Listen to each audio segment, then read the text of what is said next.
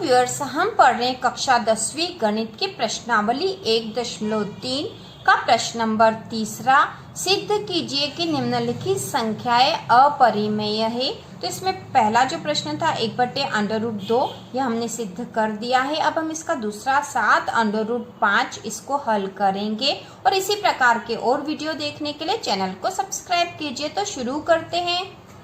हमें सिद्ध करना है कि 7√5 एक अपरिमेय संख्या है। तो इसे सिद्ध करने के लिए हम इसका विपरीत मानकर इसे हल करेंगे। तो इसे हल करते हुए हम लिखेंगे माना कि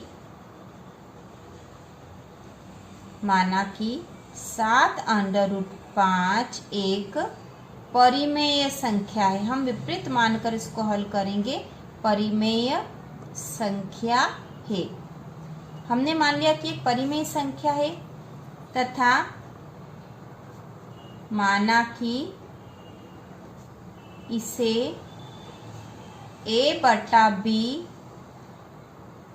ऐसी सहअभाज्य संख्याओं के रूप में लिखा जा सकता है। इस रूप में हम इसे दिखा सकते हैं a/b के रूप में, जहां a व b सहअभाज्य है।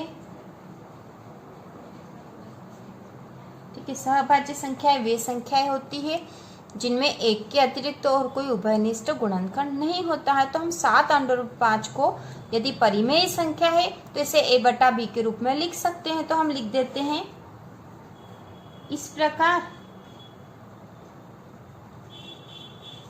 7√5 बराबर होगा a/b। ठीक है, यहाँ पर हमने a/b के रूप में सीधा लिख दिया है। हम इसे या तो पहले p/q के रूप में भी लिख सकते हैं या फिर हम सीधा ऐसा भी लिख सकते हैं, इससे कोई फर्क नहीं है।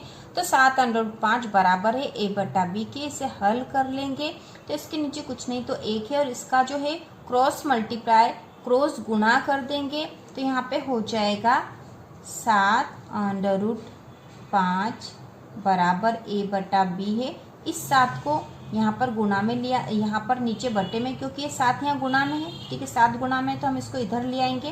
तो ये हो जाएगा, ये √5 रह जाएगा बराबर क्योंकि 7 गुणा में है तो यहाँ नीचे बटे में आएगा, मतलब 7b हो गया है।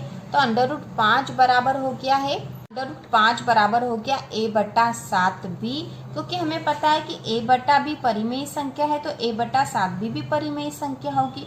और यदि ये परिमेय संख्या है तो √5 इसके बराबर है तो यह भी परिमेय संख्या हो जाएगी। लेकिन हमें तो पता है कि √5 अपरिमेय संख्या, हमने तो पहले ही सिद्ध करा था। तो यहाँ पे तो ये गलत सिद्ध हो रहा है, मतलब हमारा मानना ही गलत है यहाँ पे। तो हम लिखेंगे a/b एक परिमेय संख्या है, इसलिए a/7b भी परिमेय संख्या होगी। ठीक है, a/7b भी परिमेय संख्या होगी, जिससे √5 भी एक परिमेय संख्या होगी। और यदि ये परिमेय संख्या, हम यदि इसको परिमेय संख्या बोलते हैं तो इसके बराबर की जो संख्या है जिसका मान इसके बराबर होगा तो वह भी परिमेय संख्या होगी। लेकिन हम तो जानते हैं कि √5 एक परिमेय संख्या नहीं है। तो हम यहाँ लिखेंगे लेकिन इससे इस तथ्य का विरोध होता है कि √5 एक अपरिमेय संख्या है। √5 एक अपरिमेय संख्या है, यह हम पहले ही सिद्ध कर चुके हैं। और यह एक तथ्य है कि √5 एक अपरिमेय संख्या है, लेकिन यहाँ तो यह परिमेय सिद्ध हो रही है, मतलब हमने जो माना है वह गलत है। तो हम यहाँ लिखेंगे इस प्रकार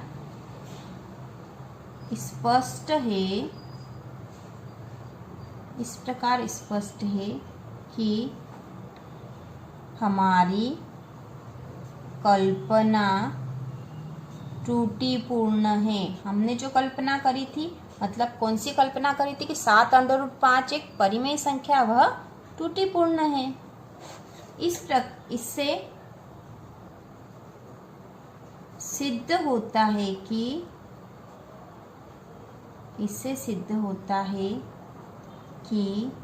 7√5 एक अपरिमेय संख्या है। 7√5 एक अपरिमेय संख्या है। इस प्रकार ये सिद्ध कर दिया हमने कि 7√5 एक अपरिमेय संख्या है, क्योंकि यदि इसे हम परिमेय मान रहे हैं तो इससे 1/5 भी एक परिमेय संख्या बन रही है, जबकि 1/5 तो एक अपरिमेय संख्या, ये हम पहले ही सिद्ध कर चुके हैं। यह तथ्य है तो यह गलत निष्कर्ष निकल रहा है। इससे हमें पता चल रहा है कि हमने जो कल्पना करी थी त्रुटिपूर्ण है, और स्पष्ट है कि हमारी कल्पना त्रुटिपूर्ण, और इससे सिद्ध होता है कि 7/5 एक अपरिमेय संख्या है। तो इस प्रकार हमने सिद्ध कर दिया है। और इसी प्रकार के और वीडियो देखने के लिए चैनल को सब्सक्राइब कीजिए।